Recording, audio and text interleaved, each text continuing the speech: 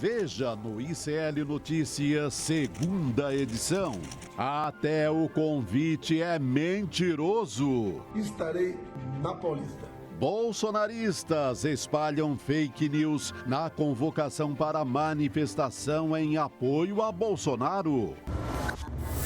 Só faltava ele. Filho 04 Jair Renan é indiciado pela polícia por falsificação de documentos e lavagem de dinheiro. Todos os crimes do ex-presidente. Eu já tenho anticorpo, para que tomar vacina de novo? O que a justiça reserva para Bolsonaro e seus golpistas favoritos na análise do advogado Fernando Ideu. Todos aqui têm uma inteligência bem acima da média. O ICL Notícias, segunda edição, está no ar.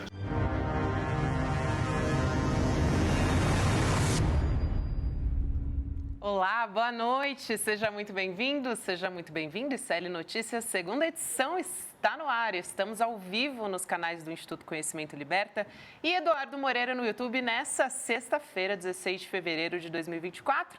Dizem por aí que é sexta-feira de cinzas. Boa noite, Chico Sá. Hoje acho que as cinzas já voaram, Já, estamos né? fortes, vamos com tudo. É isso aí. Agora Hoje é dia de Oxalá. já passou. Vamos nessa. É que o apego ao carnaval às vezes é tão grande que a gente fica. É quarta de cinza. Eu tô nessa. A gente está Acho que é cantarolando aqui sexta-feira de ainda. cinzas ainda, né? Não, as marchinhas, os frevos, Ainda os tá por sambas aqui. estão na cabeça. Aqui nos bastidores, só vou expor todo mundo. A gente estava cantando nos bastidores as marchinhas. Boa noite, Rodrigo. Bloco na rua. Boa noite, estamos com o bloco na rua. Estamos com o bloco na rua, com muita notícia e a gente vai começar, voltando a um personagem bastante importante nessa história do golpe do 8 de janeiro, né? Pois é, os generais, né? E quando começaram as investigações, a gente ficava assim, será que não vai chegar? As investigações não vão chegar nos militares, vão pegar só os bagrinhos, o máximo que vai chegar é o Mauro Cid. Mas as últimas operações da Polícia Federal mostraram que eles estão avançando, pelo menos até aqueles bolsonaristas, os generais mais bolsonaristas, o general Heleno, o general Braga Neto, o general Estevam Teófilo, que é menos conhecido, mas também se envolveu bastante. Mas hoje eu queria falar de um deles em especial, o Braga Neto, que eu acho que é um personagem para a gente prestar atenção e pode furar a fila. Muita gente falando, Bolsonaro tem que ir preso. Aliás, no carnaval, né? Prende Bolsonaro. A grande marchinha foi essa. Era uma grande marchinha aqui em São Paulo. Mote foi esse. Mas eu acho que o Braga Neto é um sério candidato a furar a fila e ser preso antes do Bolsonaro, se tudo continuar no ritmo que está ocorrendo. Bom, mas por que eu digo que o Braga Neto é um personagem central?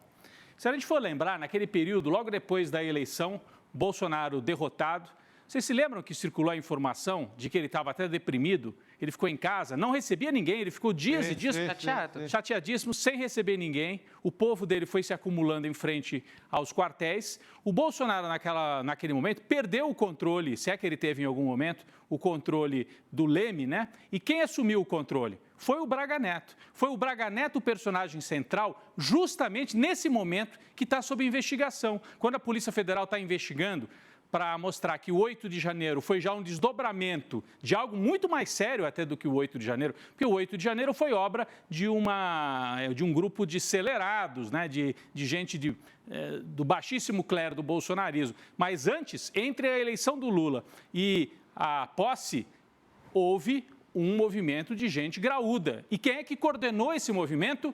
Tudo leva a crer que foi o Braga Neto. Ele era o coordenador, o comandante desse movimento, que enquanto o Bolsonaro estava deprimido, fechado em casa, era o Braga Neto que fazia reuniões, que animava os patriotários, né, ia até a porta do Alvorada e dizia, espere mais um pouquinho, operava de várias maneiras e agora a gente sabe que ele operava também nos bastidores, mandando mensagens, mandando pressionar generais que ainda estavam em dúvida se iam ou não aderir explicitamente à tentativa de golpe de Estado. Mas vamos relembrar então quem é o Braga Neto? O Braga Neto foi o vice derrotado na chapa do Bolsonaro, mas a história dele começa bem antes.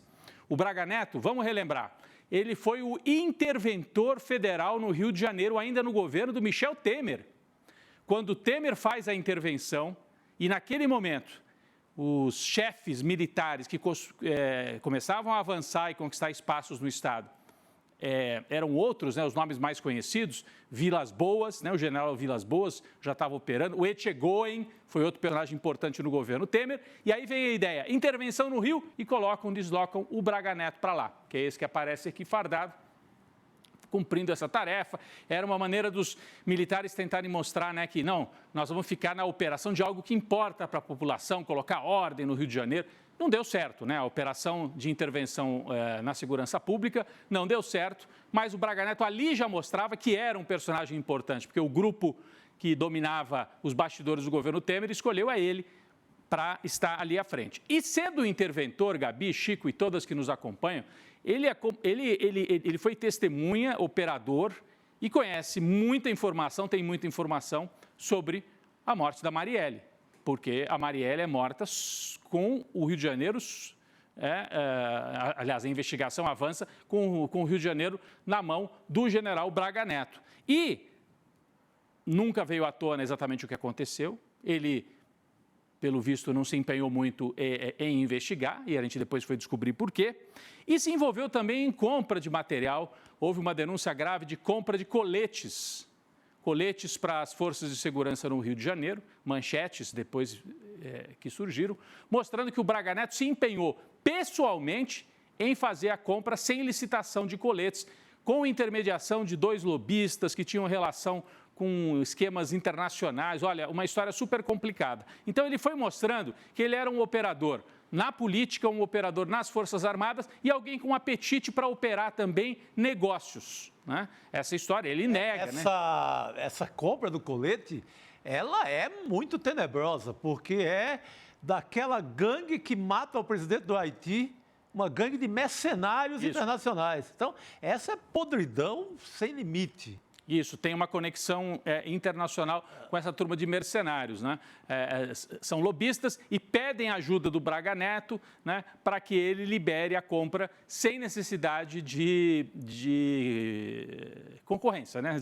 De compra com concorrência. Bom, depois disso ele vira ministro do Bolsonaro. Bolsonaro ganha a eleição, o vice era o Hamilton Mourão, um outro general. O Braga Neto vira ministro, ele ocupa 2 cargos, 2 ministérios importantíssimos no governo do Bolsonaro, até uma ironia, general. E qual é o primeiro cargo que ele ocupa? Chefe da Casa Civil. Ele foi o chefe da Casa Civil para mostrar que o governo Bolsonaro era um governo militar, que até o chefe da Casa Civil era militar. Então, os militares avançaram como nunca. Eu acho que ainda não fizeram essa comparação, mas talvez tenham ocupado mais poder do que na ditadura de 64. Na ditadura sempre havia um civil como vice, havia civis na economia, em Minas e Energia. Aqui não, os militares ocuparam tudo, o projeto era de ocupação. O Braga Neto ocupou a Casa Civil e aí se tornou um homem de confiança do Jair Bolsonaro e depois foi ministro da Defesa. Ele foi ministro 2 vezes do Bolsonaro. Então, isso tudo para mostrar a trajetória dele. Quando vem a reeleição em 2022, acontece algo inédito desde a redemocratização do Brasil. Nenhum presidente que concorreu à reeleição trocou o vice. Todos concorreram com o mesmo vice. O Fernando Henrique tinha como vice o Marco Maciel. Foi nas 2 com o Marco Maciel, 94 e 98. O Lula tinha como vice o Zé Alencar. Aqui está o Marco Maciel, para quem não se lembra, né? O Lula tinha como vice o Zé Alencar e foi o vice do Lula nas 2, 2002 e 2006. A Dilma, a mesma coisa. O vice era o Michel Temer e foi vice em 2010 e vice em 2014. Então, é algo muito estranho um presidente que vai para a reeleição com chances razoáveis de se reeleger, trocar a chapa. A não ser que tivesse sido assim, uma denúncia, algo assim, olha, o Hamilton Mourão, houve uma denúncia ou uma briga, eles não se falam. Mas não era isso. Não era. A impressão é que foi menos um problema com o Hamilton Mourão e mais uma necessidade de colocar o Braga Neto numa posição de proeminência. O que o Braga Neto sabe sobre o caso Marielle? O que ele sabe sobre os esquemas de concorrências em que os militares participam? Qual é o papel exatamente que ele tem? Com certeza, ele é central nesta operação toda do bolsonarismo, porque jogam para escanteio o Hamilton Mourão e chamam o Braga Neto para concorrer na chapa ao lado do Jair Bolsonaro. Aí vem a eleição, o Braga Neto é esse operador, né? Operador da segurança pública, operador de concorrência, enfim, de compras com acusação de superfaturamento, operador político. E aí, quando perde a eleição para o Lula em 2022, a gente descobre que ele também é um operador do golpe. E, ao longo das últimas semanas, a gente fica sabendo de várias coisas, né? O Braga Neto, a gente já sabia que ele tinha ocupado esse espaço quando o Bolsonaro se deprime na derrota, porque ele vai para a porta do Alvorada e tem o famoso vídeo em que as pessoas falam, pelo amor de Deus, cadê o presidente? Ele foi internado, né, os bolsonaristas. Cadê ele? E aí o Braga Neto, essa aqui é a imagem. Ele estava até mastigando, assim, uma postura assim, meio cínica, né? Lembra desse dia? Me chamou muita atenção. Ele vai lá, ele meio que acalma as pessoas e fala, espere um pouco. Eu não posso falar tudo, mas esperem que vem coisa por aí. Não sei se a gente tem o áudio disso aqui ou temos só a imagem, mas o sentido foi esse, né? Não vou falar com a imprensa. Aqui, ó. E aí? Fake! Estão inventando história. O presidente está bem, está recebendo gente, não tem problema nenhum. Tá? Vocês não percam a fé. Não percam a fé. Lá na frente do comando militar Nordeste. Falar para vocês agora. Estamos na frente do comando militar Nordeste, o general Richard. Tá na chuva, tá no sol. Eu sei. Vamos. Não só fica. Tem que dar um tempo, tá bom? Tá bom? Eu não posso conversar. A gente dá um tempo, eu não posso conversar, não posso falar mais. Estava de plantão com golpe, né? Tava. Então, depois, essa imagem a gente tinha na época e foi estranha, porque por que ele foi ocupar esse espaço? O Bolsonaro não estava conseguindo mais cumprir o papel de animar o cercadinho. Precisou vir o general Braga Neto para cumprir esse papel e dizer, tenham esperança, alguma coisa ainda vai acontecer. Bom, isso foi lá em 2022, um pouquinho antes do ano novo, né? Um pouquinho antes da posse do Lula. Aí a gente fica sabendo agora, com a investigação policial, que nesse período ele estava frequentando a casa do Lago Sul, que era o quartel-general do golpe. Por onde circulavam militares, operadores jurídicos, o pessoal que estava preparando a tal da minuta do golpe, políticos, parlamentares bolsonaristas. Aqui, ó, esta casa do Lago Sul. Hoje, o repórter Rodrigo Rangel publicou no Metrópolis uma reportagem relembrando essa história. Ele diz, né, o repórter, que ele ficou de plantão lá em frente a... O Chico já fez muito isso também, que eu sei. Eu também fiz. De ficar de plantão ali, de campana, e viu quem entrava, quem saía. Estamos falando de 2022.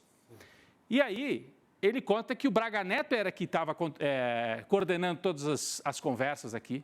E isso também a gente já sabia aqui, algumas imagens, entrava, saíam parlamentares para conversar com ele e tal. Mas as peças só foram se encaixar mesmo quando a Polícia Federal teve acesso à troca de mensagens. E aí a gente fica sabendo que, além de animar os bolsonaristas na porta do Alvorada, além de comandar o QG lá no Lago Sul, o Braga Neto trocava mensagens incentivando a turma a atacar militares que ainda estavam em dúvida, como o general Freire Gomes e como o chefe da aeronáutica, Batista Júnior. Aqui a gente tem um exemplo, a conversa entre Ailton Barros, que é um militar, e o Braga Neto. Né? E o que o Braga Neto diz? Está aqui, gente. Senta o pau no Batista Júnior.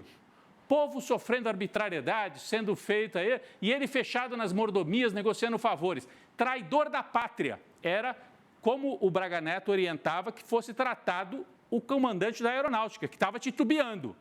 É traidor da pátria. Inferniza a vida dele e da família. Caramba. É o que diz o Braga Neto. Elogia o Garnier e fode o BJ. BJ era o Batista Júnior, que era o comandante da aeronáutica. Esse é o Braga Neto. Olha a orientação que ele está dando na véspera da posse do Lula. Né? Esse aqui é o brigadeiro Batista, que na reunião com o Bolsonaro disse, olha, eu não vou, a informação que a gente tem é essa, eu não vou com golpe, eu não vou nessa aventura. Né? Também não denunciou, mas não aderiu ao golpe. Então, o Braga Neto anotou na caderneta e mandou atacar. E ele troca mensagens também mandando atacar um outro personagem, que é o Freire Gomes. Aqui, ó.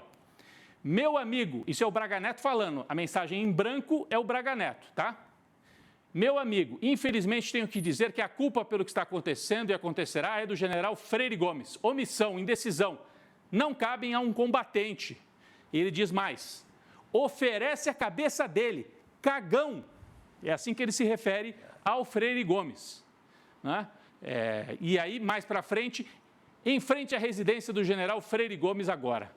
Então, ele está orientando gente da área militar nos bastidores a ir para cima dos militares que se negavam a avançar mais, né, em aderir ao golpismo. Esse é o Braga Neto.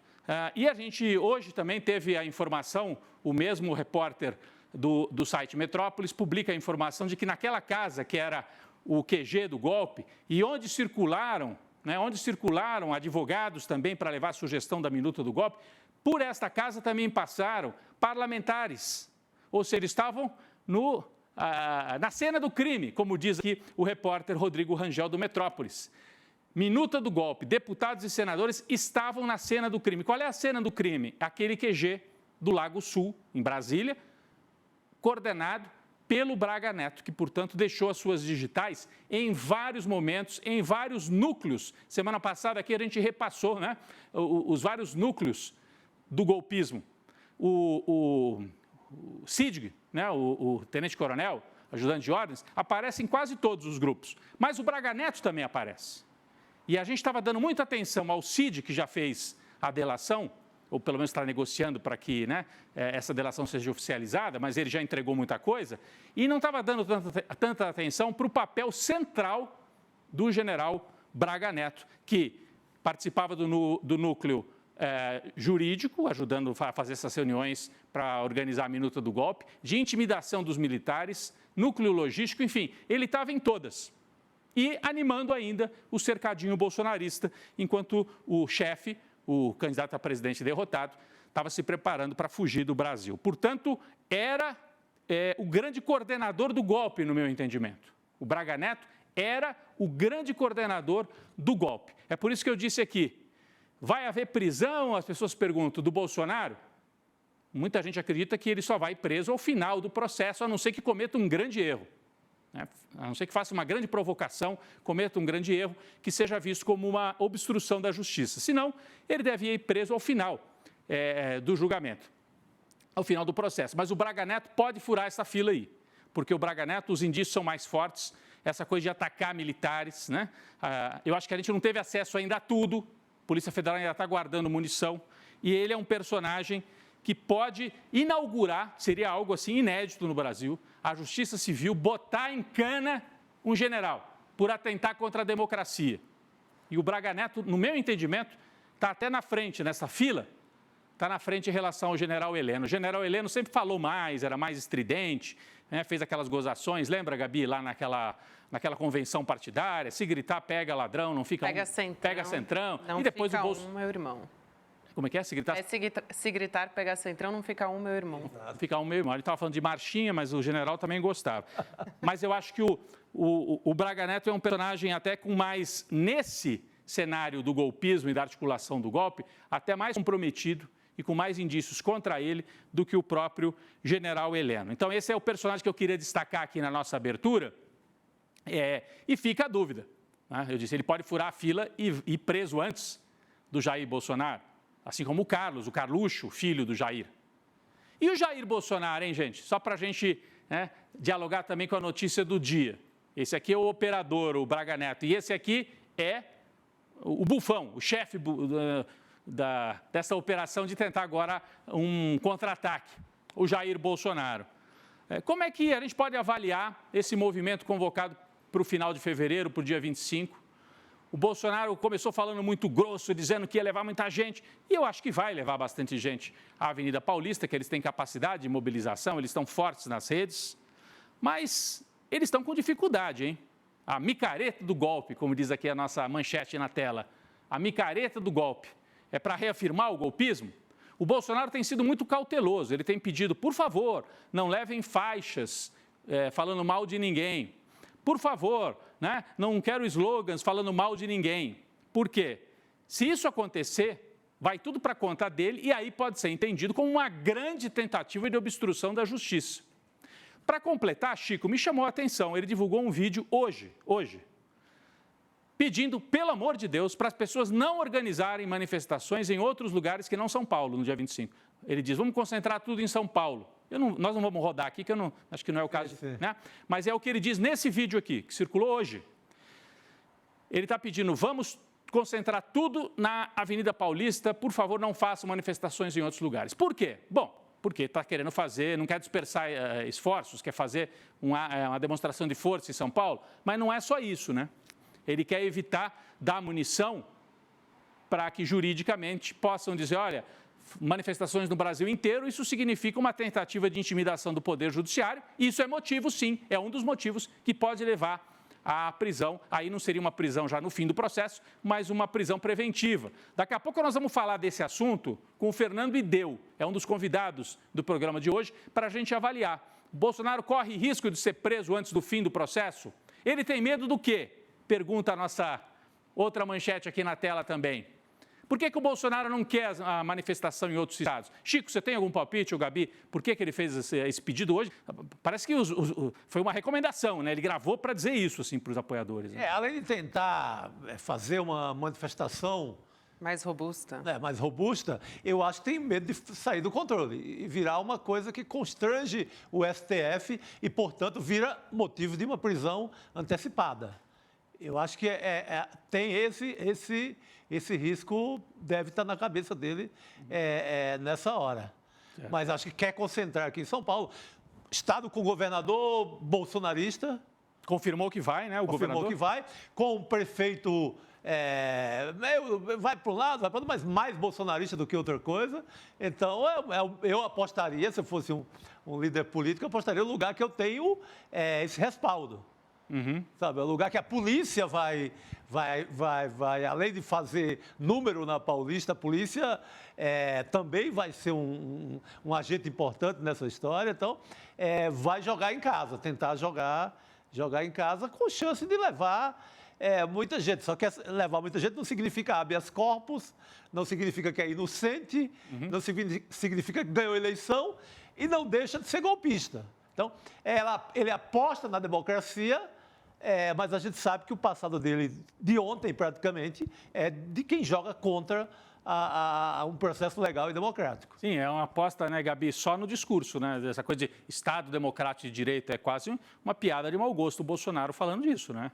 Exatamente. E eu acho, Rodrigo, que ele quer, como disse o Chico, né, uma manifestação mais robusta, até para incitar, talvez, a gente ainda não sabe qual que vai ser o tom, qual que vai ser a bandeira, mas talvez incitar as pessoas a se mobilizarem contra o juiz que vai condenar ele, né? Eventualmente é o que a gente acha que vai acontecer. Mas se errar o tom, aí pode dar o argumento para o juiz prendê-lo. O César Calejão, por exemplo, tem defendido aqui no ICL que é isso que ele quer. Ele quer ser preso logo, para virar vítima. Justamente. Forçar uma cautelar e ser preso e dizer que está sendo perseguido. Que é vítima de perseguição.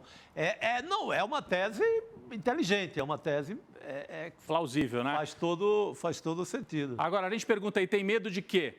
O Bolsonaro. Tem outras pessoas com medo. Os empresários que financiaram eventos do Bolsonaro no passado recente, empresários do agro que mandaram gente lá para Brasília, os caminhoneiros, empresas de transporte, enfim, estão com medo de botar dinheiro dessa vez. Esta semana circulou a informação também da Polícia Federal do envolvimento de 2 grandes empresários com o golpismo, diretamente com o golpismo. O Meyer Nigre, da construtora Tecnisa, e esse aqui, ó. Meyer Nigre, da construtora Tecnisa, um multimilionário brasileiro. Um empreiteiro gigante, riquíssimo. É do capital aí da construção civil. E o velho da van, o Luciano Hang, é outro. Os dois, segundo a investigação da Polícia Federal, teriam participado das articulações golpistas que envolveram parlamentares, generais, empresários, juristas, né? Então, essa gente está com medo de botar dinheiro agora e piorar ainda mais a situação junto ao Supremo Tribunal Federal. E quem era o grande comandante, então, o grande financiador da estrutura para essa manifestação? O Malafaia. O Malafaia, estavam dizendo que a associação que ele comanda, ele tem a igreja e tem uma associação em paralelo à igreja. E aí ele começou a sofrer muita pressão. O pessoal dizendo, mas você pede dízimo para fazer manifestação para o Bolsonaro? É para isso que a turma dá o dinheiro, às vezes um dinheiro sofrido, do pobre que dá dinheiro lá para o Malafaia. E ele, eu vou bancar. Hoje, olha como é que eles estão sob pressão. Hoje, ele disse, não, a minha associação, a minha igreja não vão pagar nada. O rei do camarote, Silas Malafaia, anunciou isso aqui, ó. Nada foi pago do evento, nem a Assembleia de Deus Vitória em Cristo, nem a Associação Vitória em Cristo vão pagar coisa nenhuma, eu vou pagar do meu bolso, né? Ele diz assim, a responsabilidade é minha pessoal. diz o Silas Malafaia. Isso aqui é resultado da pressão das redes sociais. Sentiu. Então, os empresários estão sentindo, os generais estão sentindo e o Silas Malafaia, pessoalmente, também, porque isso pode criar, inclusive, um problema jurídico para a igreja, para a associação, que é a galinha dos ovos de ouro, literalmente, do Silas Malafaia. Ele poderia comprometer demais a situação dele. Então, a gente percebe, olha aí, ó, Silas Malafaia, que o bolsonarismo tem força, ninguém nega isso, é forte nas redes sociais. Nós vamos também, daqui a pouco, ter a presença de um especialista nesse tema, né, Gabi? O Leonardo, professor Leonardo Nascimento, que estuda muito as operações nas redes dos bolsonaristas. Eles são fortes, mas estão sufocados, estão com medo. E ainda dá para esvaziar mais. Poderia ainda pode esvaziar, acontecer, né? Ainda pode acontecer. Você acha, né, resistências. Você não tem... Essa questão dele dele tirar o nome da igreja mostra que você não está com todos os evangélicos fechados com ele, né? Exatamente. Isso significa tem uma fissura aí na história. A Priscila Garcia aqui no chat, por exemplo, está dizendo, eu acho que o Tarcísio não vai dar esse tiro no pé. Vai arranjar uma desculpa e não vai. Eu acho que ele deve muito ao Bolsonaro. Ele vai lá como um afilhado do bolsonarismo.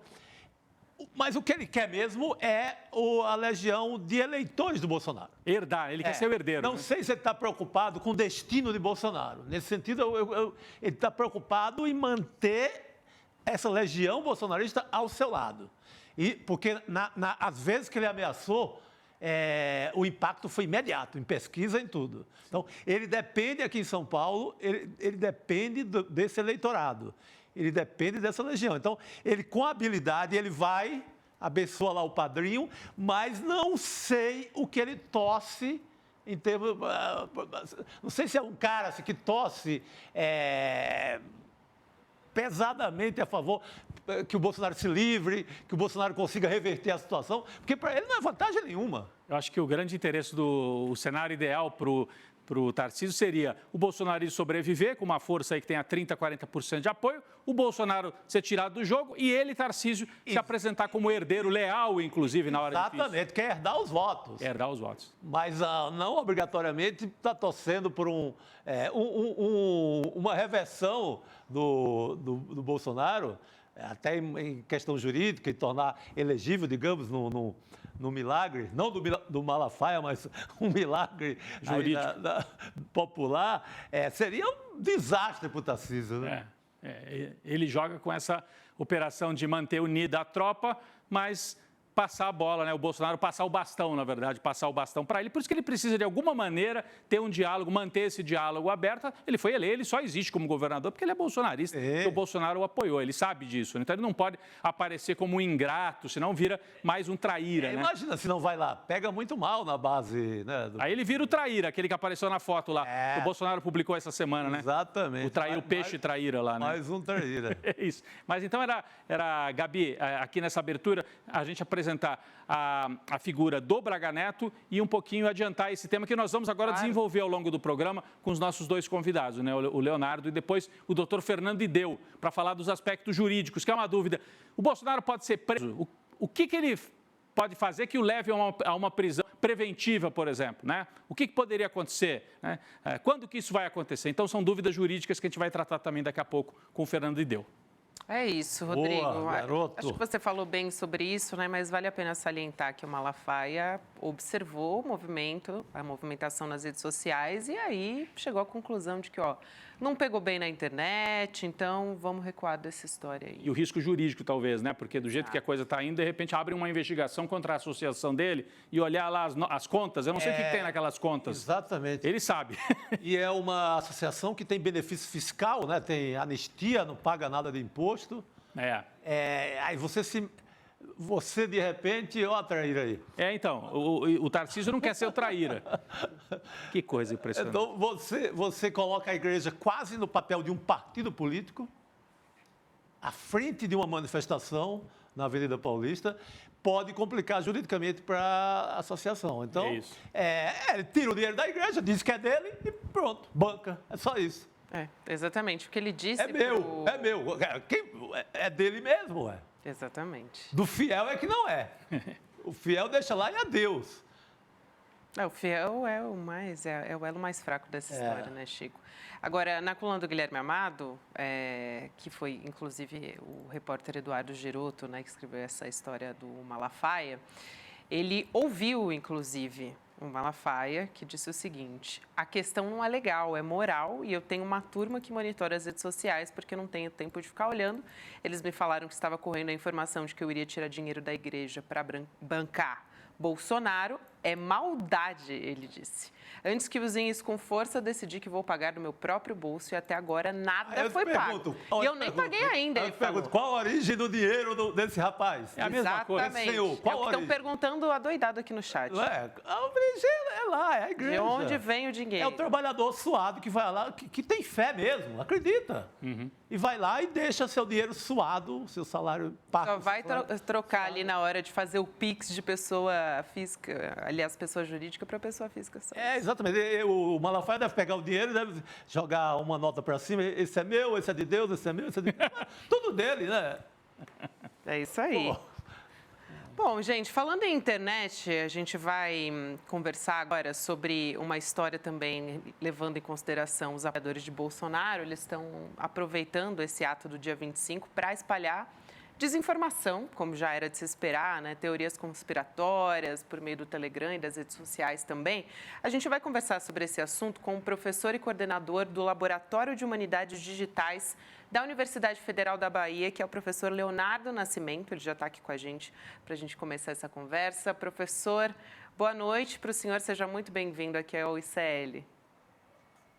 Olá, pessoal. Boa noite. Tudo bem? Vocês me escutam? Te escutamos bem, professor. Boa noite, professor. O professor, Boa noite, ele bem? participou de um levantamento, só aqui para explicar para quem está nos acompanhando, né, do Laboratório de Humanidades, que eu disse agora, né, da UFBA, com o apoio do Internet Lab também, e contabilizou nos últimos dias 951 mensagens em 96 grupos e 113 canais do Telegram com menções relativas a essa manifestação que vai ser na Avenida Paulista, no dia 25. E aí tem mensagem com informação falsa, assim, escancarado. Vamos dar uma olhadinha em uma delas, por exemplo, falando a respeito de Donald Trump. Essa é uma das que aparecem. Manifestação na Paulista, autoridades internacionais confirmam presença, vai ser gigante. Aí tem fotinho de Bolsonaro com Milei, tem fotinho do Donald Trump, tem uma outra também de mensagens que estão circulando dentro dessas redes sociais, né, no Telegram, dizendo: Javier Milei vai estar com o presidente, com o PR, eles dizem, na Paulista, dia 25, e aí um monte de emojis. Imaginando aqui quando Milei e Trump aparecerem no Xandaquistão para a mega manifestação do dia 25 de fevereiro. Gente, quem acredita nisso? Né? Pois é. Eles acreditam. Me chama a atenção chamar o Bolsonaro de PR também, porque essa é uma gíria que o pessoal que trabalha nos bastidores em Brasília, e muitas vezes militares usam, o pessoal do Itamaraty militar usam essa sigla PR, né? É muito usada por eles, né? Então, eu não sei de onde veio esse tipo de mensagem também. Exatamente. Tem mais uma aqui que eu vou trazer, antes de passar a palavra para o professor, que tem mais uma mensagem dizendo o seguinte: assunto que está circulando nos bastidores, que uma grande paralisação geral dos caminhoneiros e o agro estão articulando logo após a prisão do Bolsonaro.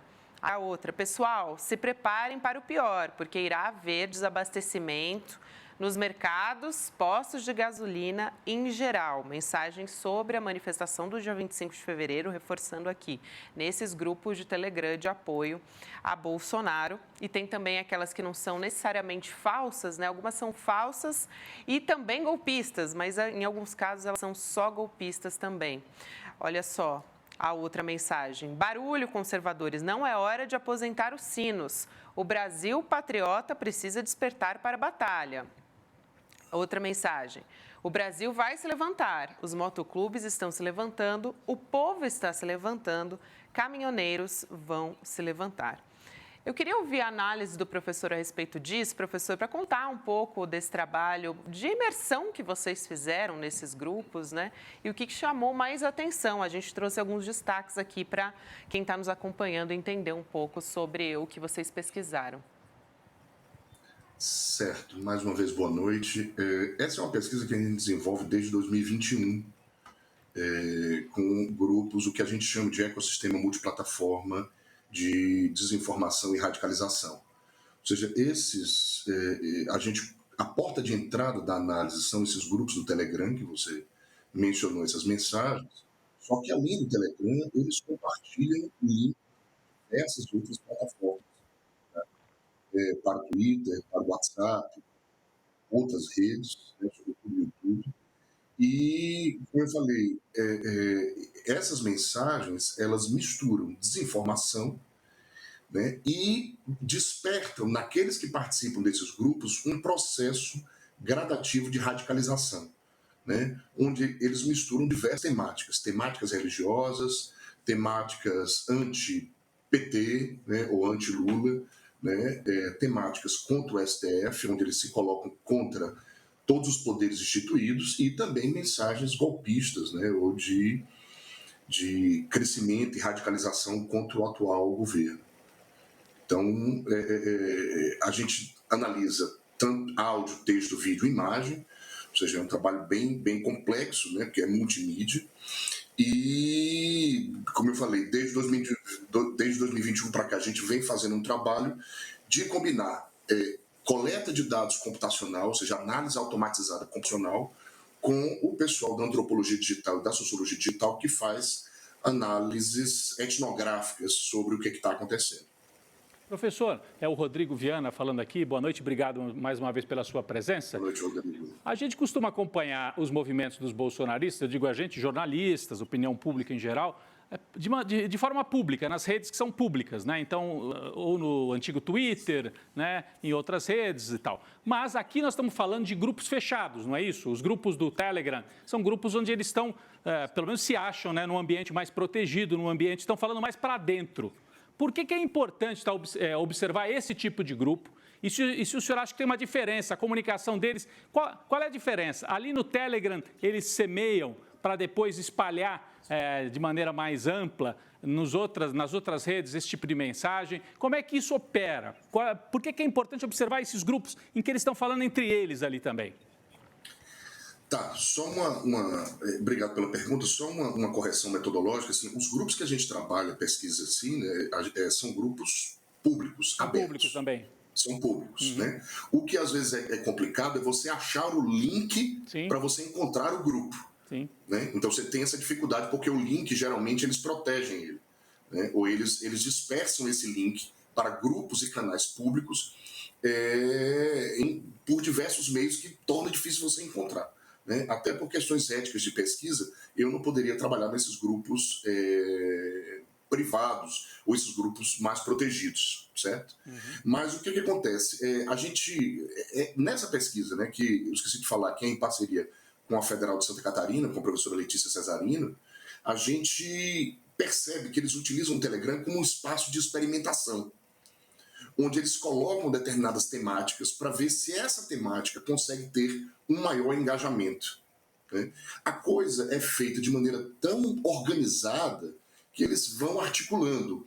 Eles primeiro postam mensagens, postam vídeos diretamente, depois postam os links para o YouTube, né? Onde você sai do Telegram, vai no YouTube, olha o conteúdo, escuta algum porta-voz, algum apoiador, influencer, né, apoiador do ex-presidente, que fala sobre o tema, e eles vão percebendo ali se aquele conteúdo poderia ser içado, vamos dizer assim, daquele local ali, né, daquelas profundezas, entre aspas, para entrar na mídia mainstream, entendeu?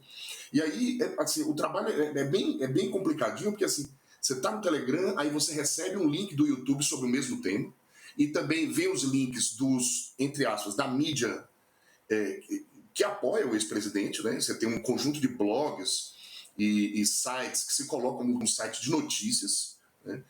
E eu acho que o ponto mais importante, voltando ao que foi dito anteriormente, é que a gente não pode subestimar a crença dessas pessoas nessas notícias ou nessas teorias da conspiração, entende? Ou seja, é uma massa grande de pessoas que não se comunicam por outro meio que não seja redes sociais, em especial WhatsApp e Telegram.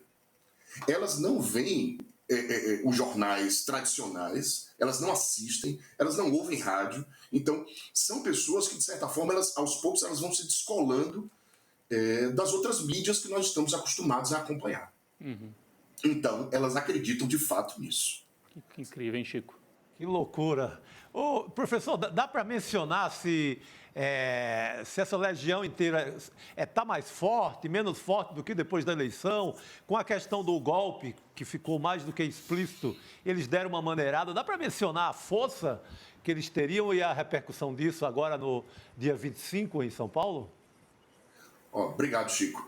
Isso é uma coisa que tem preocupado muito na pesquisa, porque com a vitória do presidente Lula, né, ocorreram um fechamento de diversos grupos e canais. Ou seja, diversos grupos e canais foram fechados, o Telegram foi obrigado a fechar por ordem do STF, né, e eles fecharam. O que a gente percebe é que vem ocorrendo, nos últimos 2 anos, sobretudo depois do 8 de janeiro, uma reorganização desses grupos. Uma coisa que chama atenção alguns grupos fecharam e alguns usuários desses grupos que postavam mensagens todos os dias, o dia inteiro, que a gente chama em inglês talkatives, que são tagarelas, né? São aquelas pessoas que estão nessas mensagens postando o tempo inteiro e não são bots, ou seja, não é programação ali, ou seja, é alguém que está o tempo todo respondendo. Né? O que é que a gente percebeu nesses últimos 2 anos? Uma variação um pouco do conteúdo, deixando de falar prioritariamente do ex-presidente e inundado por mensagens de ódio. Então, a gente percebeu, nos últimos 2 anos, esses grupos fecharam muitos, nasceram outros, e o conteúdo que tem predominado é misoginia, racismo, LGBTfobia, antitrans e outras coisas, né?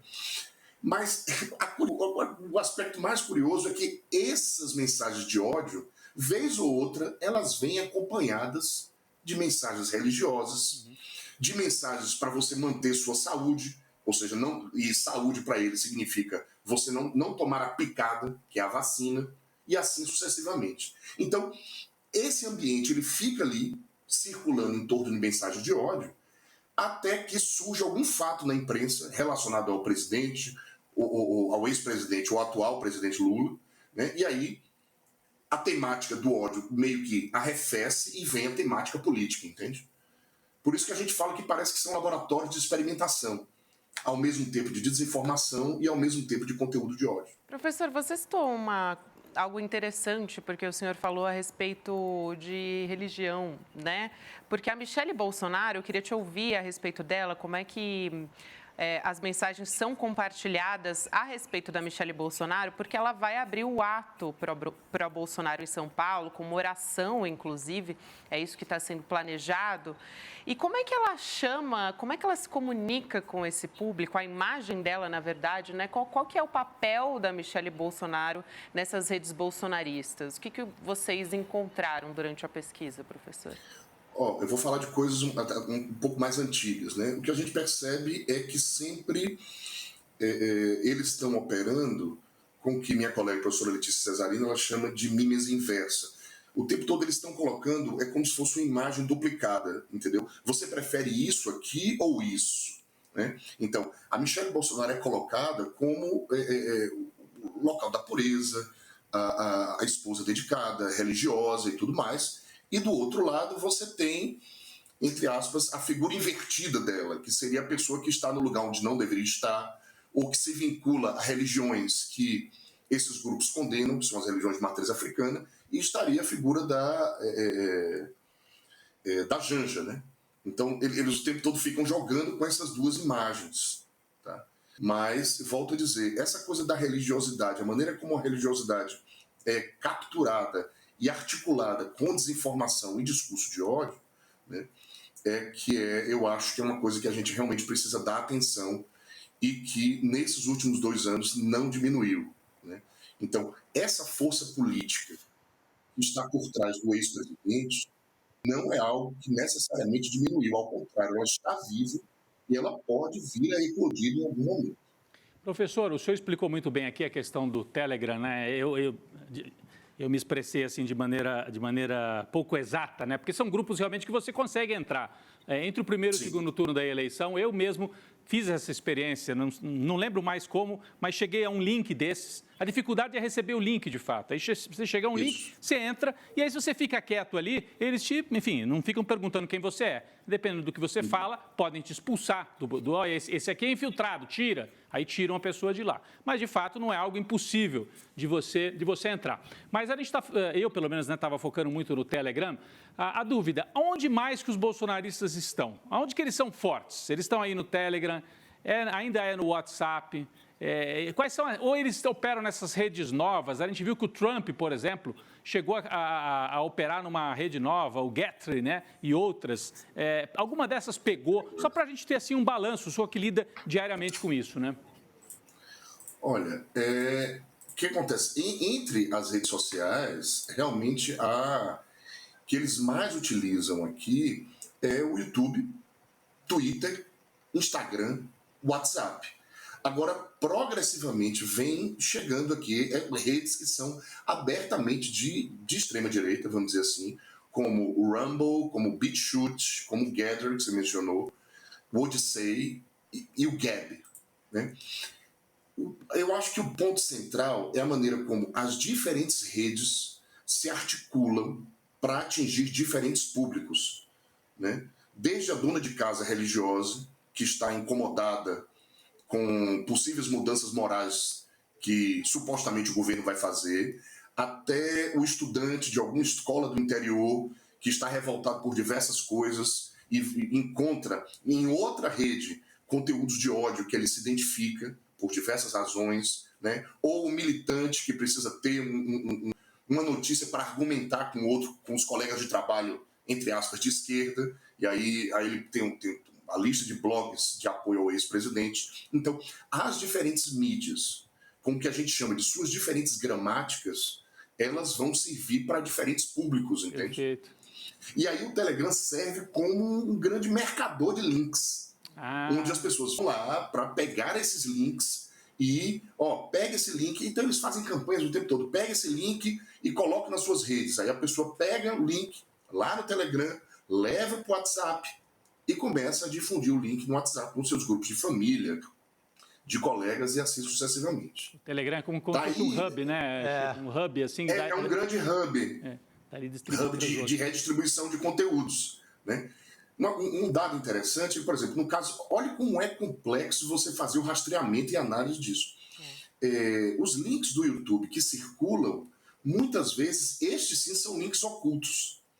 Se você for no YouTube e colocar o título do vídeo, você não consegue encontrar dentro da plataforma, buscando na ferramenta de busca da plataforma, você não encontra o vídeo. Você só consegue encontrar o vídeo se você tiver o link.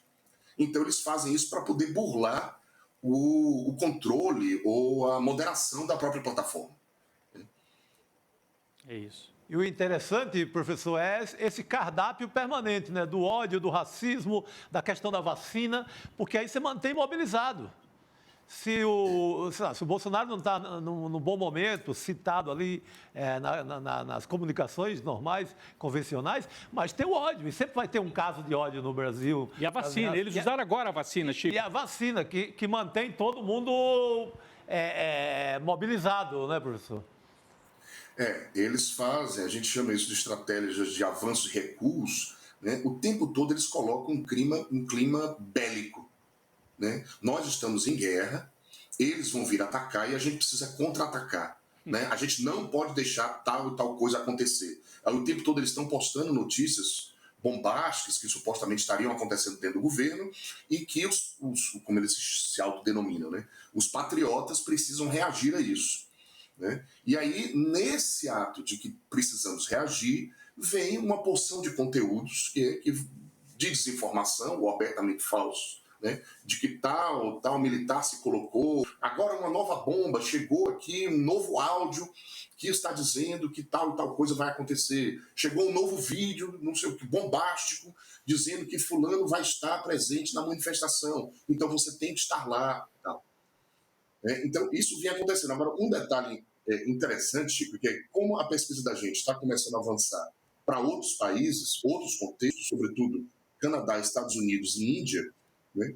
A gente tem percebido que esse cardápio né, de religiosidade, né, anticiência e discurso de ódio, junto com a extrema-direita, vem acontecendo em outros contextos. Né? Eu falo assim, no Canadá, nos Estados Unidos, na Índia. Inclusive, boa parte dos conteúdos é traduzido. Né? Esses conteúdos vêm de lá, eles têm um trabalho de tradução, né, ou de reinterpretação, e eles postam nos grupos aqui no Brasil.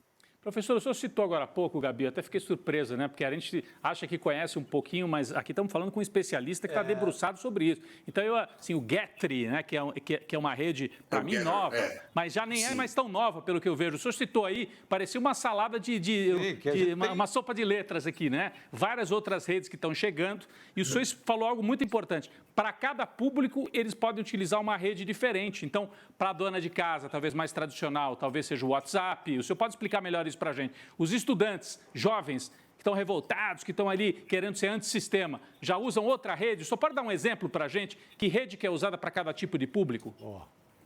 Olha, esses que eu falei, né? Vou repetir. Tem o BitChute, o Gab e esse que você mencionou, que a gente chama de Gather, né? Na pronúncia inglesa. Esses geralmente são os grupos de extrema-direita que preferem exclusivamente essas redes porque elas seriam redes, muitas aspas, livres, ou seja, sem moderação. Aí o pessoal mais militante mesmo, né? O pessoal mais linha dura. É o pessoal mais militante, né? O pessoal mais linha dura.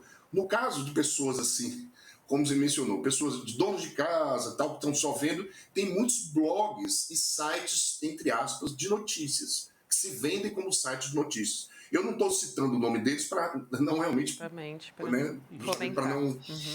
não fomentar, mas assim, tem uma lista deles que trabalham todos os dias, postando notícias todos os dias, e que esses links são compartilhados o tempo inteiro. Né? Mas o carro-chefe dos links e do conteúdo continua sendo disparado o YouTube. Então, a coisa visual, a coisa dos influencers de extrema-direita, né? Então, esse sim exerce um papel fundamental.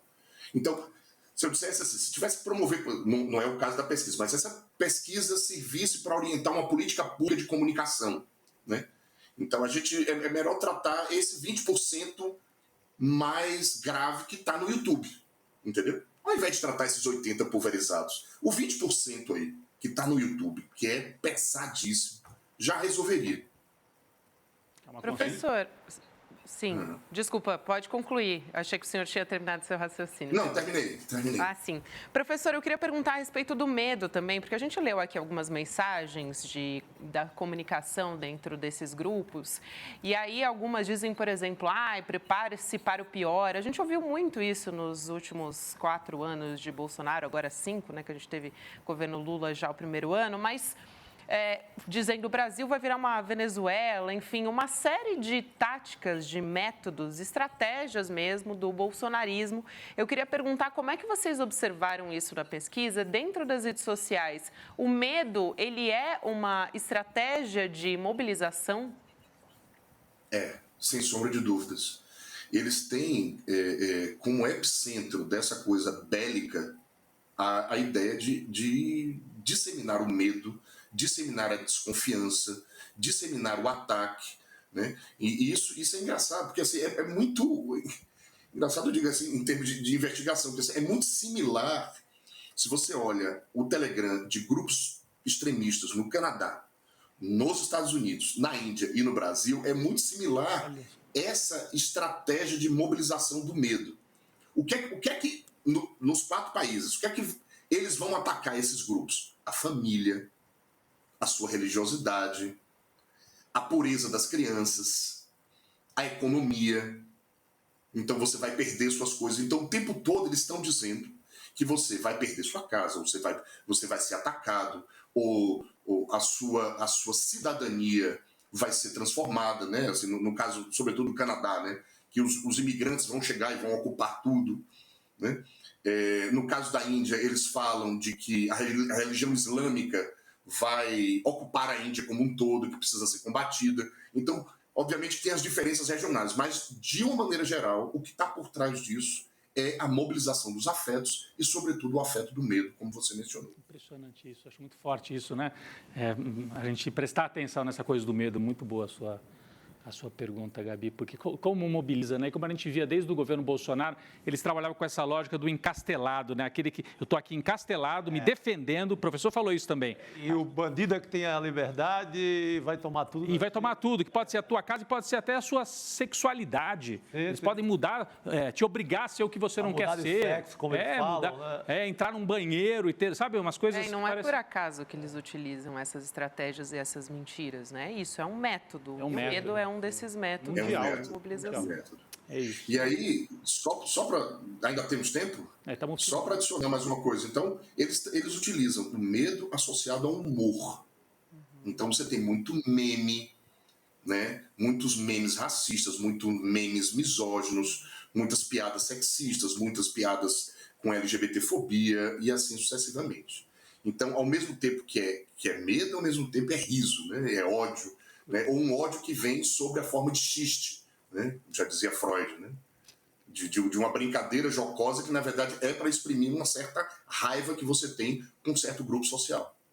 É isso, aí é uma forma de construção, né? Mais uma das formas de construção, de divulgação dessa fomentação do medo e das mentiras também. Professor, a gente quer agradecer imensamente a sua participação, foi uma conversa muito esclarecedora. O Leonardo Nascimento é professor e coordenador do Laboratório de Humanidades Digitais da Universidade Federal da Bahia. Um abraço grande e até uma próxima, professor. Obrigado. Um abraço, gente. Muito obrigado. Boa noite. Até a próxima. Tchau, tchau.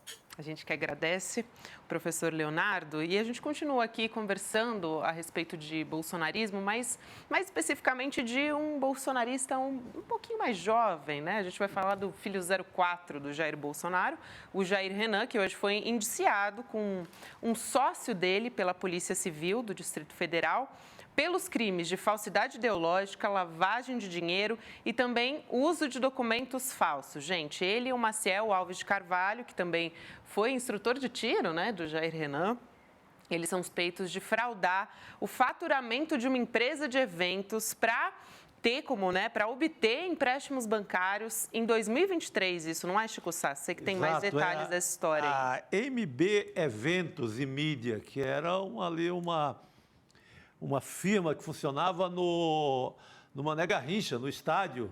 Ah, é? Alugaram ali, conseguiram com o governo do Distrito Federal uma baita sala bonitona ali e tal, e o Jairzinho, né, começa a fazer negócio.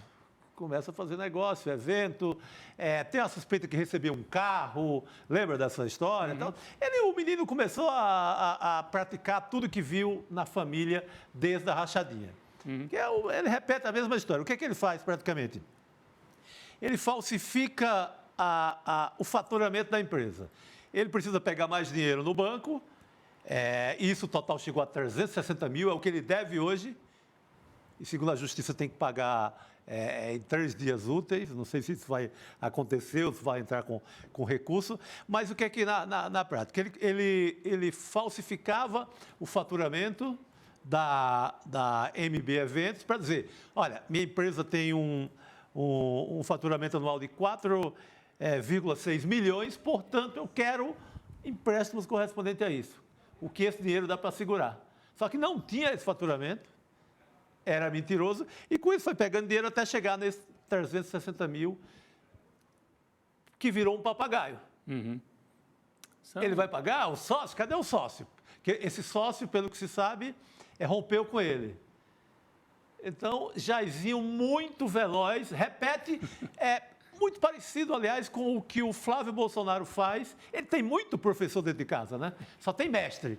É muito semelhante ao que o Flávio Bolsonaro faz para pegar o empréstimo para comprar a mansão, que seria de 6 milhões. O Flávio Bolsonaro também provou, vai saber se esse faturamento é verdadeiro ou não. O escritório, né? Que ele poderia se comprometer ali com prestações na casa dos 40 mil reais por mês. Só que o salário, a renda dele no período era 20 e poucos mil do Senado, o líquido do Senado. Então, é o mesmo truque, é muito parecido. Ou seja, são coisas que se aprendem dentro de casa. E esquentam dinheiro com isso também. O Flávio Bolsonaro, voltamos à loja de chocolate. Mesma história, falsifica aqui, lava dinheiro e vamos embora. O pai, rachadinha desde o começo. Coisas que ele viu todo mundo fazendo. Eu também quero. Não é? Imagina, com a guarida do pai, presidente da República, o que é que isso permite? Que você saia por Brasília inteira e por Santa Catarina, os lugares onde ele anda, papai garante. Gente, é o filho do presidente.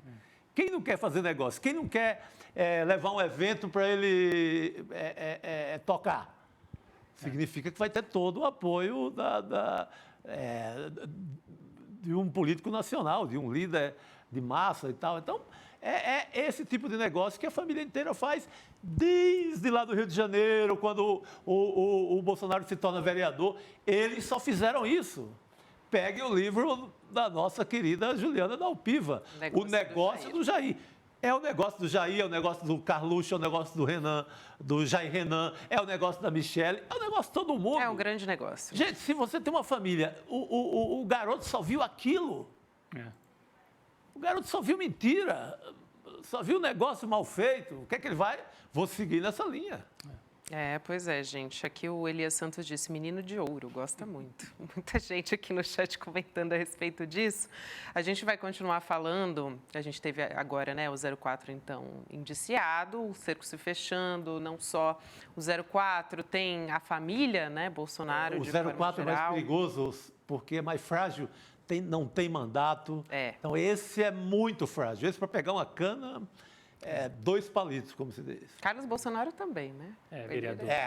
Mas ainda tem uma... Tem um mandato, mas ainda tem um mandato, julgado você tem, como qualquer outra pessoa. O senador é muito difícil, você prender um senador. Tem o escudo do mandato é muito forte. Esse, nada. É isso aí. Esse vive em camarote lá em festas em Santa Catarina e nada mais. É isso aí. Bom, vamos continuar acompanhando essa história. Voltar a falar da reunião golpista também, gente, que é importante essa história, porque esse ato que a gente estava comentando, no dia 25 de fevereiro, agora na Avenida Paulista, ele vai acontecer no momento em que a Polícia, né, Federal está no calcanhar da família Bolsonaro, né, de Bolsonaro e de outros golpistas também. A semana passada a gente teve a Operação Tempus Veritatis, uma das principais provas, inclusive, é a gravação dessa reunião ministerial que aconteceu no dia, eu não me lembro exatamente a data, mas foi em julho de 2022, né? Isso. Foi no período de julho, uma reunião que foi justamente escancarado, que foi uma armação, né, de um golpe, fala sobre como reverter o resultado das eleições e tudo isso.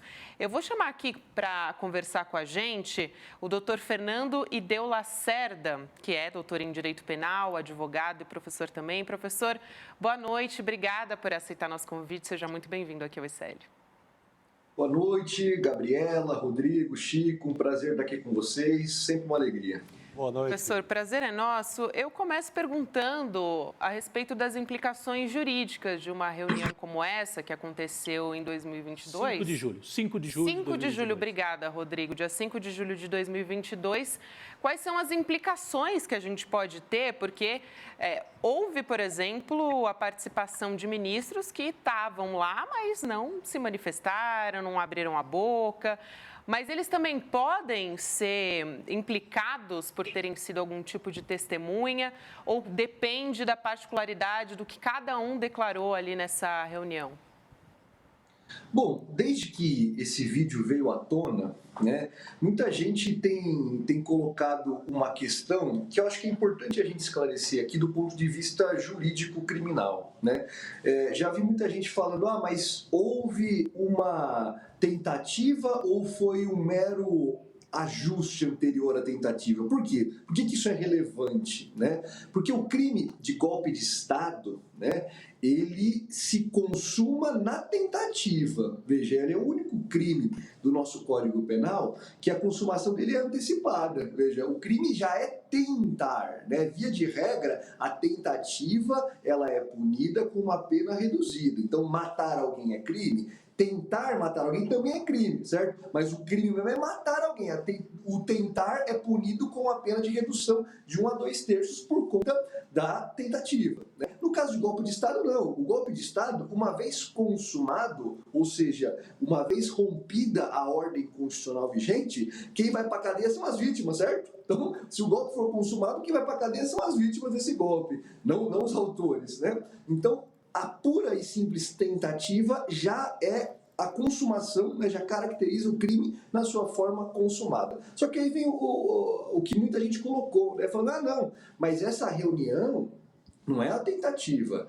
Essa reunião é um mero ato preparatório, é um mero ajuste. E aí eu acho importante a gente esclarecer que a gente não pode olhar só a foto, a gente tem que olhar o filme. Ou seja, a gente tem que olhar todo o contexto em que essa reunião aconteceu e tudo que se desdobrou a partir dela, né? Então, de fato, se fosse só uma reunião, né, por pessoas que não têm o cargo que ali se tinha de presidente com seus ministros, né, você fala uma reunião que se discutiu um possível golpe. Se esse golpe não chegou a ser tentado, essa reunião, esse ajuste não é punível. Ok. Agora, isso que houve e que a gente hoje sabe ter havido é uma reunião ministerial, né, do presidente da República com seus ministros, em que temas sensíveis como intervenção no TSE, o descrédito das urnas, a própria ABIN paralela que o general ele tenta colocar ali, o Bolsonaro abafa ali, né, não deixa ele prosseguir, mas todos esses assuntos, né, estão num contexto muito maior. Qual que é o contexto? São as lives todas que o Bolsonaro fez insuflando essa horda golpista, né? Não foi uma, foram várias lives, né? Foram vários discursos descredibilizando as urnas, né? E depois disso se seguiram atos concretos. Os bloqueios pela Polícia Rodoviária Federal dos eleitores de votar, a tentativa ali de colocar uma bomba no aeroporto de Brasília, o incendiar ônibus em Brasília, tudo isso eclodindo no próprio 8 de janeiro. Então, tudo isso faz parte do mesmo fenômeno. ABIN paralela, espionando inimigos e para proteger aliados e expor inimigos. Então, todo esse contexto deve ser analisado para a gente enxergar não apenas a foto, e sim todo o filme. Então, parece muito claro, né, que houve uma tentativa de golpe de Estado e que essa reunião está inserida no contexto de uma ação social e não meramente individual. Então, todos aqueles que tiveram participação nisso deverão responder na medida de sua probabilidade. O desafio agora vai ser estabelecer os papéis, né? A gente assistiu a uma primeira fase. Os golpistas do front, aqueles que estavam no assentamento, que invadiram o 8 de janeiro, muita gente ali já começou a ser punida. Agora, faltam os financiadores. Precisamos saber, não só da reunião, quem era o núcleo econômico dessa ação, né? Isso falta. Falta o núcleo de comando, né? Eu escrevi um artigo em janeiro de 23, eu estava retomando aqui para a gente conversar, né? Antes mesmo de vazar a reunião, eu escrevi um artigo dia 13 de janeiro de 23, já antecipando que a mera fuga do Bolsonaro para os Estados Unidos não podia vedar a sua responsabilização criminal, porque ele foi para lá justamente para esperar eles darem o golpe e voltar no poder. Hoje ficou muito claro, né? E só fazendo um link com o assunto anterior, você imagina, Chico, se fosse um Lulinha que tivesse metade da coisa do Jardim, velho, é uma coisa de doido. Você imagina se fosse o Lula que tivesse mandado 800 mil para fora, para os Estados Unidos, como o Bolsonaro vem e de uma forma deslavada fala, não tem crime, né? Mandei mesmo meu dinheiro para lá. Veja, todas essas pecinhas devem ser juntadas para montar o quebra-cabeça de que sim, houve uma clara tentativa de golpe, cujo comandante foi o Bolsonaro, que foi para os Estados Unidos para esperar o golpe se consumar e ele voltar, bicho. Então, assim, todo esse encadeamento de atos que deve ser considerado para a gente analisar essa reunião. E a hora que a gente olha a reunião, doutor Fernando Ideu e o Rodrigo, eu estava observando até a abertura aqui do programa, falei bastante sobre o Braga Neto, general, e tinha esquecido de citar essa imagem. O Braga Neto aparece em muitos momentos. O Braga Neto aparece lá na intervenção do Rio de Janeiro, o Braga Neto aparece depois como um animador do bolsonarismo, quando o Bolsonaro está deprimido entre a eleição do Lula e a posse. Aparece de várias maneiras, como ministro, etc, etc. E ele está nessa reunião, ele não era ministro mais. O que ele está fazendo ali? O Braga Neto não era mais ministro, ele era um ex-ministro e um possível candidato a vice. O que ele estava fazendo naquela reunião, que mostra o caráter central do Braga Neto nessa operação toda? O senhor falou da necessidade de responsabilizar, de estabelecer, né, os parâmetros, porque você não pode julgar em bloco, cada um tem uma responsabilidade diferente. Uma coisa é estar sentado lá na reunião e não falar nada e tal, outra coisa é participar ativamente. Mas daí, além do Braga Neto, eu queria trazer de novo para a figura do Jair Bolsonaro, né?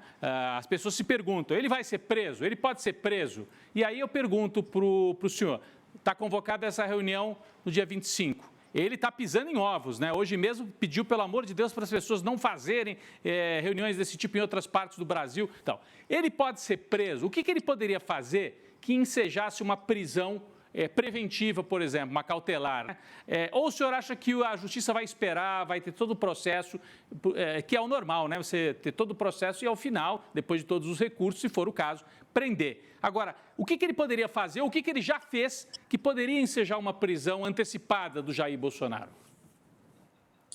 Concordo com você, Rodrigo, é uma situação muito delicada, ele sabe que é delicada, por isso que ele está sendo muito cauteloso, porque é um limite que é claro, mas ele é tênue, entre você criticar uma decisão judicial, porque todos nós aqui temos o direito de criticar a decisão judicial, temos que cumprir, mas criticar a gente pode, né? Eu acho que muitas das críticas são sem fundamento, mas que elas podem existir, elas podem. Então, você criticar uma decisão judicial, você apontar que é um processo político, você apontar que existem atos arbitrários, tudo isso é legítimo. Bolsonaro, ele pode, no debate público, colocar a sua versão, pode criticar as decisões judiciais que estão sendo direcionadas aí aos seus aliados e até mesmo a ele, pode dizer que isso é abusivo. Isso ele pode fazer no âmbito discursivo. O que ele não pode?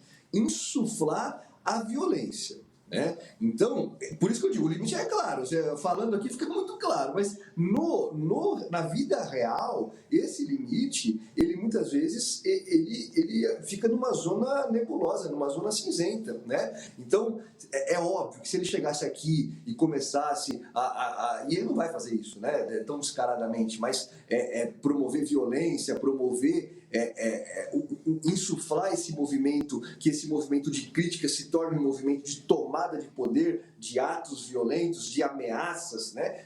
Isso caracterizaria, sim, uma possibilidade de cautelar, da medida cautelar mais restritiva que a gente tem, que é a prisão preventiva. É um exemplo claro, porque o Código de Processo Penal coloca lá 4 possibilidades da prisão preventiva: ameaça à ordem pública, ameaça à ordem econômica, ameaça à instrução criminal, que é a produção de provas, ou ameaça à aplicação da lei penal, que é fuga. Então, assim, em 2 casos muito nítidos, né, se o sujeito está ali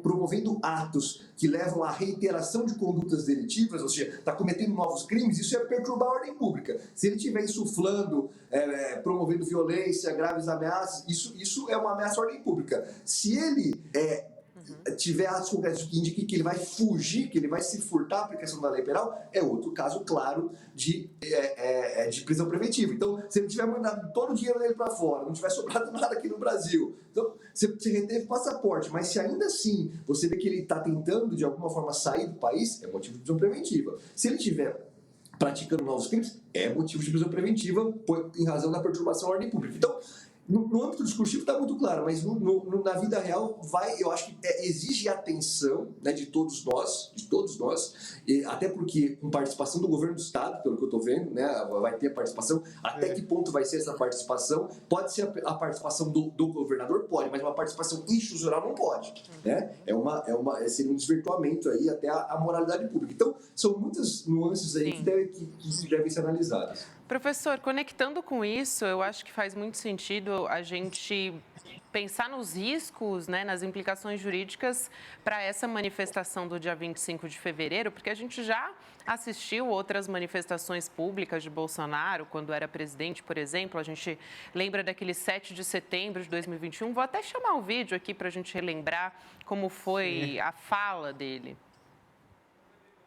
Que uma pessoa tenha, um homem apenas, turve a nossa democracia e ameace a nossa liberdade. Dizer a esse ministro que ele tem tempo ainda para se redimir. Tem tempo ainda de arquivar seus inquéritos. Ou melhor, acabou o tempo dele. Sai, Alexandre de Moraes!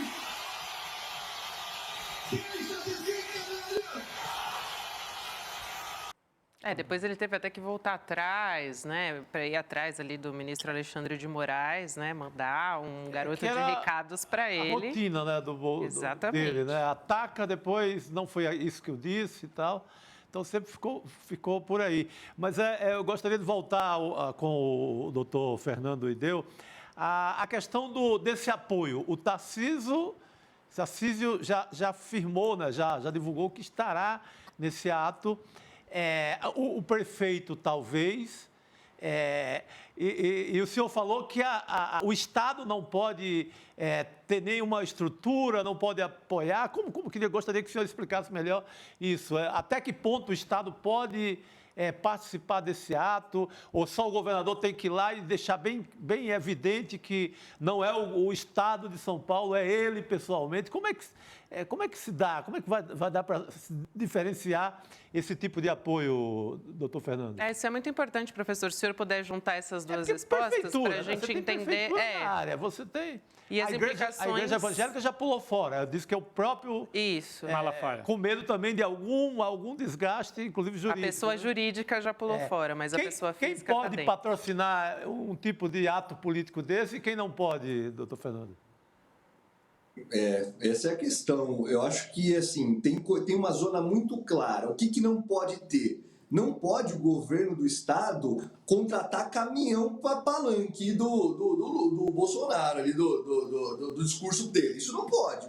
O Estado de São Paulo, ou a Prefeitura, né? O Ricardo Nunes está numa situação muito delicada, cara, entre nós, né? Porque estamos antecipando um debate, o Bolsonaro está antecipando um debate aqui que ele também não está preparado ainda para saber se ele vai se posicionar como o candidato bolsonarista para enfrentar o Guilherme Boulos, ou se ele vai ficar numa coisa mais centro, numa coisa mais, tem um apoio do Bolsonaro, mas ele me apoia, não sou eu que fui buscar, né? Então, mas para te responder mais claramente, o Estado não pode patrocinar esse evento, né? O Estado vai ter que oferecer policiamento militar, a segurança, mas ele não pode patrocinar esse evento. E o patrocinador tem que ficar claro, porque a gente tem que saber de onde vem o dinheiro, né? Será que é de igreja? Será que são de empresários que estão também, de alguma forma, interessados nesse movimento? Isso é uma coisa interessante da gente observar, né? Mas o Estado não pode ter essa participação oficial, assim como promove o Carnaval, promove o Réveillon, não pode promover a manifestação do Jair Bolsonaro, né? Isso é muito claro. Agora, o governador pode ir lá, não como governador, mas como pessoa, ele, Tarcísio, manifestar o apreço dele pelo Bolsonaro e a crítica? Eu acho que pode, tá? Eu sei que é muito difícil, vai ter gente que vai dizer que não dá para separar a pessoa do governador, da pessoa civil ali, da pessoa física e natural da pessoa, mas me parece que não, a presença dele por si só ali não caracterizaria uma violação a priori da moralidade pública, mas depende muito do contexto. Se ele manifestar, o povo de São Paulo está, como você sabe, da ilegalidade e tal, o governo de São Paulo não vai poupar esforços. Se ele fosse por um caminho desse, que eu acho que não vai, obviamente, mas se ele fosse, aí sim me pareceria uma ofensa à moralidade. Eu lembrei como o governo do Estado patrocinou, por exemplo, as manifestações contra a Dilma. Abrindo o metrô. Né, cedendo uma renda que seria do Estado com a passagem, ele abriu as catracas, assim. Ali era uma participação direta do Estado patrocinando um golpe, né? Uma derrubada. Uma derrubada. De uma presidência. Que, curiosamente, teve início aquelas manifestações contra o aumento da passagem, né? Exatamente. Contra a passagem. Agora, o que não pode no discurso, doutor Ideu, para a gente entender? Pode fazer crítica ao STF? Que tipo de crítica, né? Porque é o que o senhor falou, comentar ou criticar uma decisão judicial, ok. De que maneira que poderia se caracterizar uma insurgência contra um poder da República? Porque o Judiciário, a Suprema Corte, é um dos poderes, né, da República. Se você convoca uma manifestação e aquilo se caracteriza como algo que incendeia o povo contra a Corte, né, aí é crime. Que tipo de discurso que não poderia ser tolerado, apesar da liberdade de expressão que todo mundo defende, mas uma coisa é liberdade de expressão, outra coisa é insuflar para derrubar um poder da República, não é isso? Exato. Criticar pode, não pode instigar a fechar o STF, depor ministros, depredar prédio público, fechar o Supremo. Esse tipo de discurso que incentive violência, que incentive ameaça às pessoas e às instituições, isso não pode. Né?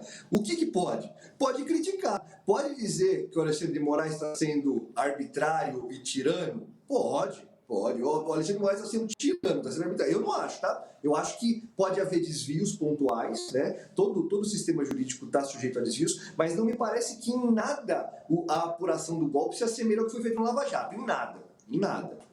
Nem nos métodos, nem nos propósitos, né? Então, para mim não está certo. Mas, assim, eu admito que há quem critique, quem coloque, não, isso aí é a redição do lavajatismo, essa concentração de poderes, argumentos assim, né? O ministro, ele é vítima e não podia ser juiz. Cara, não é verdade isso. A vítima é o Supremo, eles atacaram o Supremo, e o juiz natural é o Supremo. Se não for o Supremo, quem que vai julgar, bicho? Você vai levar esse caso para onde? É um crime, então, que vai ficar impune totalmente, vai ficar sem ser apurado, porque se eu ataco o Supremo, e o Supremo, que é o juiz natural, pelo crime ter sido praticado nas dependências dele, se ele não pode julgar, ninguém vai julgar. Então, assim, esse tipo de decisão, eu acho que esse tipo de crítica é legítima, mas é infundada. E se ele fizesse um discurso, doutor Ideu, se ele fizesse um discurso que nem esse do vídeo que a Gabi mostrou agora há pouco, se ele fizesse no dia 25 isso, de acabou o seu tempo, Alexandre de Moraes, deixa de ser canalha, um ataque direto, uma ameaça, na verdade, ao ministro, aí ele correria risco de talvez uma prisão preventiva, é isso, né? Eu acho que se ele reedita o discurso exatamente como ele fez, haveria sim motivo para prisão preventiva. Porque ali, se ele faz exatamente esse ato no contexto atual, me parece claro aí a ameaça à ordem pública, né? Me parece que ficaria muito claro a possibilidade sim de uma prisão preventiva. É isso. Eu queria aproveitar e chamar aqui a arte de quem vai e quem não vai até o momento. E ainda esse cenário também pode mudar, né? Visto que ainda podem ter desistências. A gente tem aqui, por exemplo, não irão ao ato o governador Jorge Mello, do PL de Santa Catarina, o Antônio Denário, PP de Roraima, né, governador também, a senadora Tereza Cristina, do PP do Mato Grosso do Sul, Damares Alves, do Republicanos, né, do Distrito Federal. Presença confirmada, a gente tem o governador Tarcísio de Freitas, de São Paulo, do Republicanos, o senador Ciro Nogueira, do Piauí, PP também, que foi chefe da Casa Civil do Jair Bolsonaro, e aí também os bolsonaristas, né, senador Marcos Pontes, do PL de São Paulo, e foi ministro também de Jair Bolsonaro, e o prefeito Ricardo Nunes também, que anunciou, né, e parece que está aí demonstrando um apoio mais contundente a Bolsonaro agora. Me surpreende nessa lista de não ir ao ato o governador de Santa Catarina, que é um bolsonarista negacionista de vacina, não sei qual é a leitura que ele está fazendo, o risco jurídico, e a Damares, né, que é uma bolsonarista também. A Damares principalmente, né, deve estar com medo de alguma sobra de inquérito ali do STF. Mas ela é inexplicável até. Agora o Ricardo Nunes, a cada meia hora... Ele desceu do muro agora. Não vou. Ele está está medindo ali, deve estar fazendo pesquisa, deve estar ouvindo o Kassab, que é mais sábio politicamente do que o Bolsonaro, do que todos eles, né? Sentindo ali, se politicamente, porque como o doutor Fernando falou, isso antecipa o carimbo dele como um candidato bolsonarista de São Paulo. E na capital paulista não é grande negócio, nesse momento, ser bolsonarista. Pelo quadro da eleição, não foi grande negócio, né? Então... Agora, isso é um cenário, né? Só para a gente também... É um cenário que pode mudar, né? Vamos ver como é que essas coisas avançam. As últimas 48 horas, eu achei que surgiram sinais contraditórios, né? O Tarcísio e o Ricardo Nunes confirmarem que vão, foi bom para o Bolsonaro, mostrou que eles não querem ser os traíras da foto que o Bolsonaro publicou. Eles não querem estar penduradinho que nem o peixe lá, a traíra. Agora... O Malafaia se antecipar e dizer, veja, o dinheiro não é da igreja, é meu, mostra que eles estão acuados, né? Empresários não estão querendo colocar dinheiro na manifestação, então ele está com alguma dificuldade operacional. Tem muito apoio ainda? Tem, a entrevista anterior mostrou aqui que ele tem muito apoio nas redes, então ele tem uma capacidade de mobilização com ou sem dinheiro.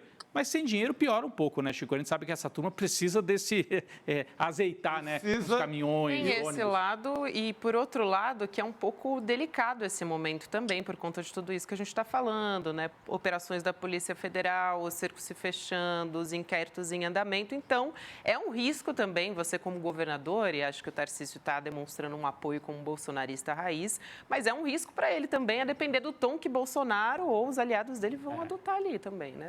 Porque é um risco que ele sempre tenta dizer para a população que é um técnico, que não é ideológico. Então, você está colado em Bolsonaro, na Paulista ali.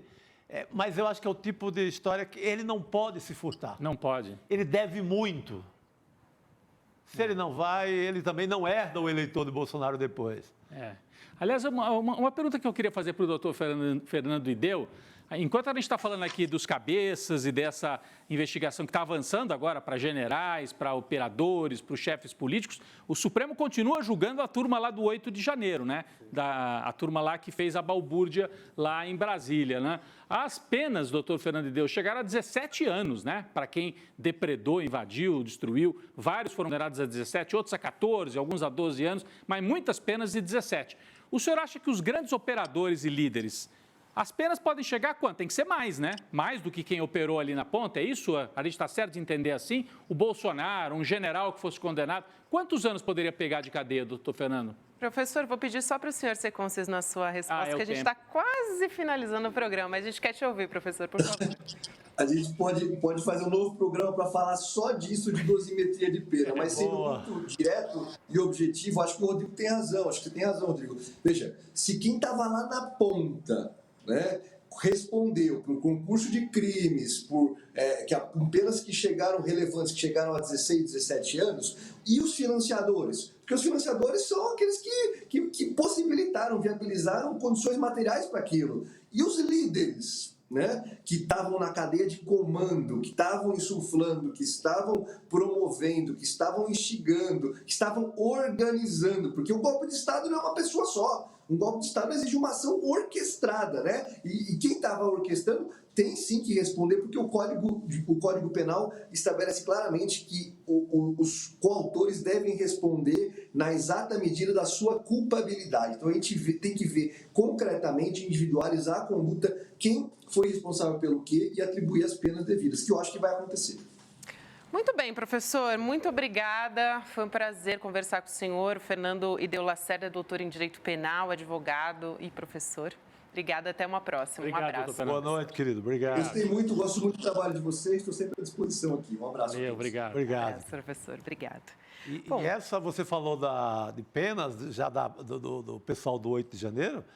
Quem vem aí na sua caravana do interior é ter muito cuidado também, porque quando cai em desgraça, o Bolsonaro não vai lá, não visita, não manda advogado. Então, tem que ter muito cuidado, porque se dá algum problema na Paulista, sobra para vocês. Não dá para dizer que já não aconteceu uma vez. Cuidado, né? para não pegar esse bonde errado mais uma vez. É isso aí. É isso aí, Chico. Muito bem lembrado. Aqui nesses minutinhos, a gente ainda tem um minutinho aqui, eu queria te lembrar da aula do Renato Freitas, deputado estadual do Paraná, que vai ser no próximo domingo. Vai ser uma entrevista do Eduardo Moreira com o Renato Freitas, onde ele conversou com o Edu e compartilhou diversos detalhes da vida dele que ele nunca contou, ele nunca revelou.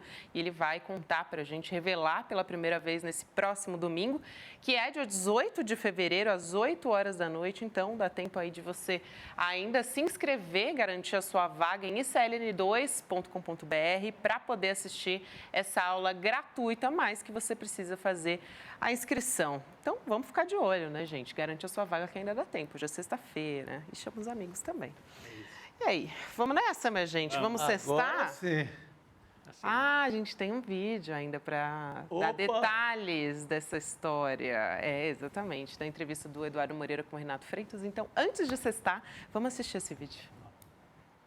Salve, salve família! Aqui quem fala é Renato Freitas, deputado estadual pelo Paraná. Estou aqui hoje para fazer um convite importantíssimo para vocês, para que participem no dia 18 de fevereiro, domingo, às 20 horas, da live que será realizada comigo e com o Eduardo Moreira. Eu falarei um pouco da minha experiência política e do valor da verdade dentro da política. A cabeça pensa onde os pés pisam. Eu atravessei alguns desertos e é sobre essas experiências que eu quero falar com vocês. Quer participar? É fácil. Se inscreve aqui no link abaixo e garanta a sua vaga. Firmeza? Tamo junto, um forte abraço.